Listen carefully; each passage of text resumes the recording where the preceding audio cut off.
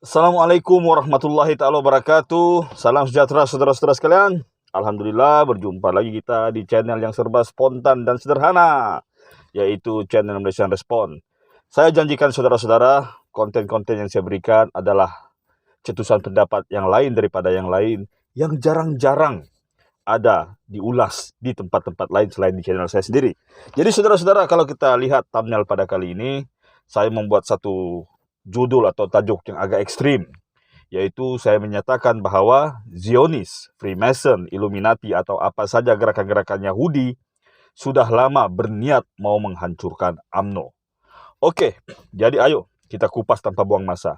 Kalau kita lihat saudara-saudara, bermula daripada era reformasi tahun 1998, apabila Datuk Sri Anwar Ibrahim disingkirkan daripada jawatan timbalan Perdana Menteri, maka UMNO telah mula, orang bilang ni, dicop sebagai parti yang kurang elok. Segala macam tomahan negatif dilemparkan kepada UMNO. Saban tahun, saban hari, saban bulan, tak saban apa lagi, keadaan ini semakin menjejaskan imej UMNO. Jadi sebegitu buruk ke UMNO. Kenapa serangan bertubi-tubi ini dilakukan terhadap UMNO? Dan adakah semua tudingan ini adalah hal yang benar? Nah, penting untuk saudara-saudara menonton video ini sampai habis supaya tidak gagal faham. Oke, ayo kita toleh ke belakang, kita kupas daripada awal mulanya kebencian gerakan sulit Yahudi kepada UMNO.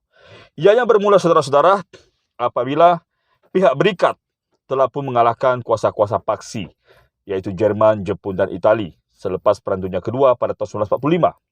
Kita tahu salah satu sebab tersebar peperangan berkenaan, sebab terbesarnya ialah keinginan pihak Jerman di bawah Adolf Hitler yang mau mendewakan kebanggaan bangsa Aryan, bangsa Jerman itu sendiri, dan pada masa yang sama mau menghapuskan dogma Yahudi sedunia. Mereka menganggap World Jewry ini sebagai pemain belakang tabir terhadap apa saja gerakan makar yang ada di dunia pada ketika itu. Bagaimanapun saudara-saudara, disebabkan pihak Jerman atau pihak paksi ini kurang dana, tidak ada hasil bumi seperti petroleum atau pengeluaran biji besi untuk menghasilkan persenjataan, maka mereka telah kalah dalam peperangan berkenaan. Tetapi puncak sebenar kekalahan mereka adalah dana yang tidak putus-putus yang disumbangkan oleh para pelobi Yahudi kepada pihak berikat. Oke, jadi pihak berikat ini pula saudara-saudara, sebelum Perang Dunia Kedua, mereka merupakan bangsa penjajah. Hampir seluruh negara-negara di benua Afrika dan Asia termasuk di Amerika Selatan dijajah sama ada oleh Spanyol, Belanda, Itali sedikit lah, Portugis, Prancis, dan yang paling besar sekali saudara-saudara adalah British. Oke, jadi apabila pihak berikat menang, maka gerakan pertama yang mereka lakukan adalah mewujudkan sebuah negara Yahudi di bumi Palestin. Gerakan yang kedua adalah mereka ini sudah dikenali sebagai liberator, pembebas. Jadi konon-kononnya mereka mau memerdekakan ke semua tanah jajahan mereka, termasuklah tanah jajahan yang ada di timur jauh, yaitu di kepulauan Indonesia, Malaysia, dan Brunei. Brunei 1994, paling lambat lah. Oke, jadi kemerdekaan ini saudara tidak didapatkan secara cuma-cuma. Kalau dalam konteks Indonesia mereka berjuang menentang Belanda. Dalam konteks Malaysia, sebelum rundingan kemerdekaan berjaya didapatkan oleh UMNO, MCA dan MIC melalui ikatan perikatan pada ketika itu, sebelumnya British mau memberikan kemerdekaan lebih awal, tapi dengan syarat, yaitu syaratnya adalah mewujudkan satu gagasan yang dipanggil Malayan Union. Nah, Malayan Union ini saudara-saudara, negara kita, Persekutuan Tanah Melayu, akan secara langsung menjadi tanah jajahan mahkota British. Akan dimerdekakan, tapi sebelum merdeka harus menerima beberapa prinsip asas sebagai Malayan Union. Salah satunya adalah apa yang diperjuangkan oleh Pakatan Harapan sekarang, yaitu prinsip jus soli. Prinsip lahir lalu mendapat kerakyatan, yaitu siapa saja tanpa syarat kalau lahir di satu tempat, maka secara otomatis mereka akan menjadi warga negara berkenaan. Tetapi saudara-saudara, keinginan pihak British menjalankan keinginan ini didasarkan oleh pihak Yahudi. Keinginan pihak Yahudi untuk memastikan semua negara-negara Islam yang bakal merdeka ini mengikuti tunjuk mereka, tidak semuanya berjalan dengan mulus. Tidak. Di Persekutuan Tanah Melayu, di negara kita pada ketika itu, UMNO telah pun bangkit menentang penubuhan Malayan Union. Dan alhamdulillah pada 1 April 1946, Malayan Union tidak jadi ditubuhkan atas bantahan keras daripada orang-orang Melayu yang dipelopori oleh UMNO di bawah Datuk Onn Jaafar. perbetulkan fakta saya kalau salah saudara-saudara, karena saya tidak rujuk sembarang teks. Oke, jadi ini orang cakap perasaan sakit hati pertama pihak Yahudi atau Zionis kepada UMNO.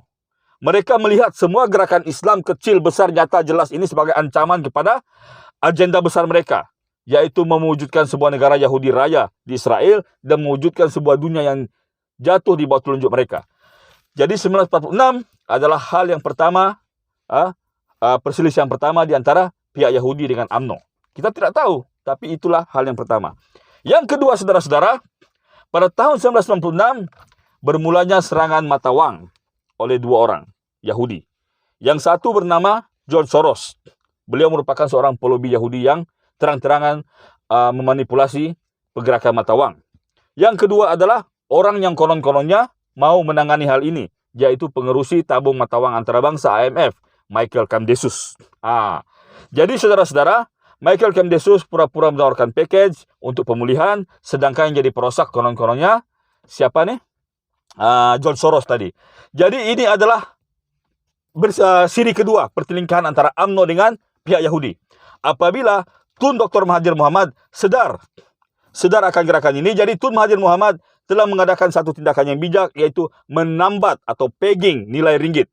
Nilai ringgit ditambat kepada 3 ringgit 80 sen US dollar kalau saya tidak silap pada ketika itu. Tetapi hal ini dibantah sekeras-kerasnya oleh Datuk Seri Anwar Ibrahim. Itu pun selepas Datuk Anwar Ibrahim kononnya pulang daripada luar negeri. Kita tidak tahu negeri mana dia pergi pada ketika itu. Jadi beliau disebabkan membantah hal berkenaan kerana Datuk Seri Anwar Ibrahim berkeras supaya kita jangan bail out company yang ada, tapi kita ambil pinjaman dari tabung mata wang antarabangsa, yang mana nanti syarat-syaratnya kelak akan membebankan negara. Bukan saja syarat pembayaran keuangan, tapi banyak syarat-syarat lain yang mungkin dikenakan ke atas kita. Jadi ini adalah siri kedua pertelingkahan di antara UMNO pada ketika itu di bawah Tun Mahathir dengan puak-puak Yahudi. Jadi sebenarnya saudara, kenapa sekarang ini UMNO mau digasak habis-habisan oleh puak Yahudi? Kerana mereka tidak mau kalah untuk kali yang ketiga. Kerana pada kali ini Yahudi sekali lagi menyerang negara kita, kerana siri yang ketiga ini adalah negara kita kononnya dianggap sebagai the haven of terrorists. Kita menempatkan beberapa pendakwa Islam yang terkenal seperti Dr. Zakir Naik.